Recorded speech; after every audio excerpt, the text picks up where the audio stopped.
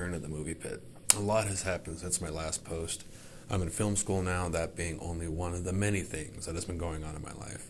Let's not waste any more time and get right back into what I love doing, watching and reviewing movies. Now let's start this return off with a bang and review Godzilla.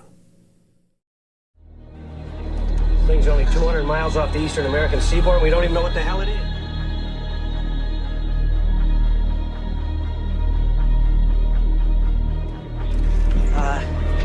It was first sighted off of the French Polynesian Pacific. I'm just joking. Here's the trailer for the Godzilla movie that I'll be talking about.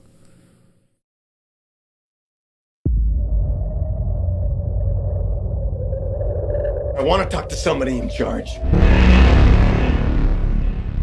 You are not fooling anybody when you say that what happened was a natural disaster.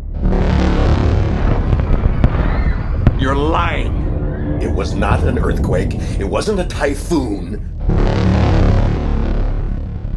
Because what's really happening is that you're hiding something out there.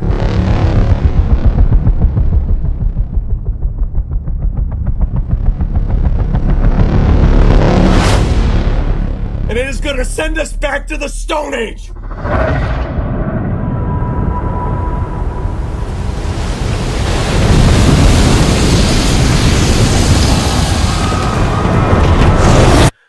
God help us all.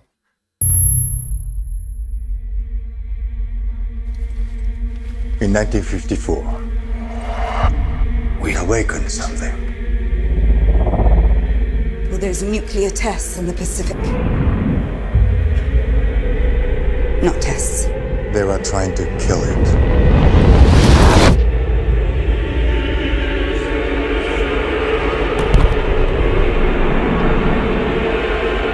You have no idea what's coming.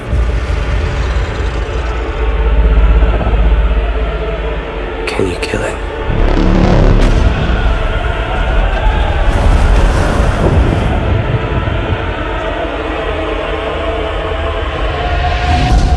The arrogance of man is thinking nature is in our control.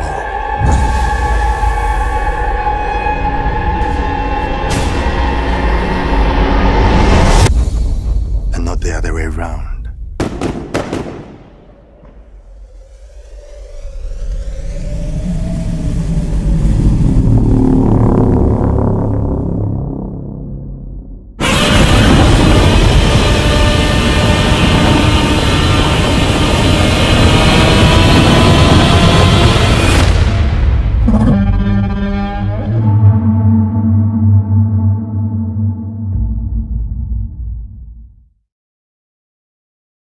In 1999, a nuclear plant in Japan was mysteriously destroyed, with most hands lost, including Supervisor Joe Brody's colleague and wife, Sandra.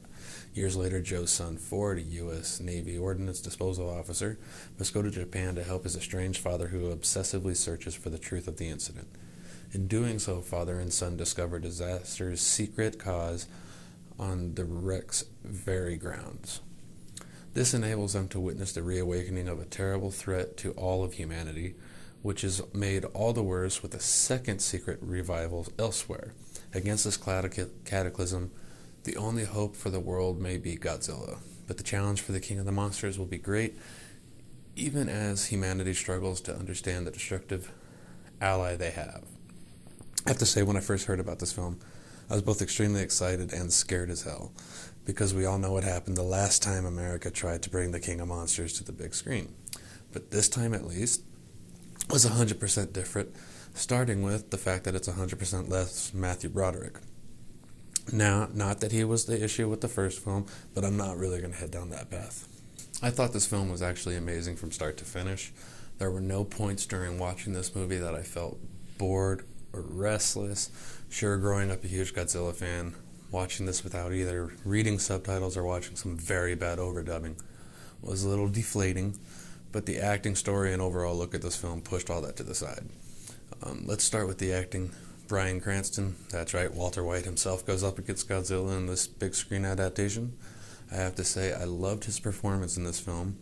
I'm not going to give anything away, but all I'm going to say is that his performance was well worth the price of admission. Aaron Taylor Johnson also stars in the film, as Cranston's son. Granted, I'm not the biggest fan of this actor, primarily because of the Kick-Ass films, which are great films, but his acting annoys the hell out of me in those films. But in this movie, he surprised me. He reached into new depths of his acting ability and brought forth a performance that I think merits at least some recognition. Elizabeth Olsen, the long-lost Olsen sister who has resurfaced over the past few years, plays Johnson's wife in this movie. Her performance is only so-so. Let's be thankful that she really doesn't play a huge role in this film.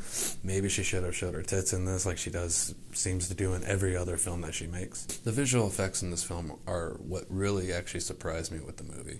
When I heard Toho was joining up with American Studios to do this film, I practically bashed my head against whatever brick wall I could actually find. Because America has a tendency to spew so much CG jism on screen, more so than Ron Jeremy during a gangbang. But the effects were actually really good in this movie. Sure, some things were a little over the top, but Godzilla himself is over the top, so I'm kind of fine with that. The two monsters that Godzilla fights in this film were very stock and not very imaginative. I don't know exactly what they were trying to achieve with this, but whatever it was, we got what we got. Godzilla, on the other hand, actually looks like Godzilla.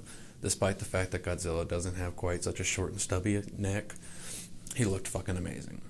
And when it actually comes time for Godzilla to come forth and reveal himself in the movie, the moment is amazing. The fact that an American studio did not fuck this up and didn't show him from the get-go. They built up the anticipation that got you craving the moment that he reveals himself. Granted, I've heard a few people bitch about the weight as well as his appearance. Well, you know what I say. Shut the fuck up. If you don't want to wait to see Godzilla, go pop in Godzilla's Final Wars or some shit like that. This is a reboot to the character for American audiences and to bring Godzilla to a brand new audience of viewers. So quit bitching and go jerk off to Godzilla vs. Mothra. That being said, this brings us to the end of this review. Overall, I highly recommend this movie for Godzilla fans and movie fans in general. It is well worth the price of admission, but if you're one of those that hates going to the theaters, you're going to miss out on an amazing experience, but it will more than likely be available on DVD and Blu-ray somewhere in the neighborhood around October of this year.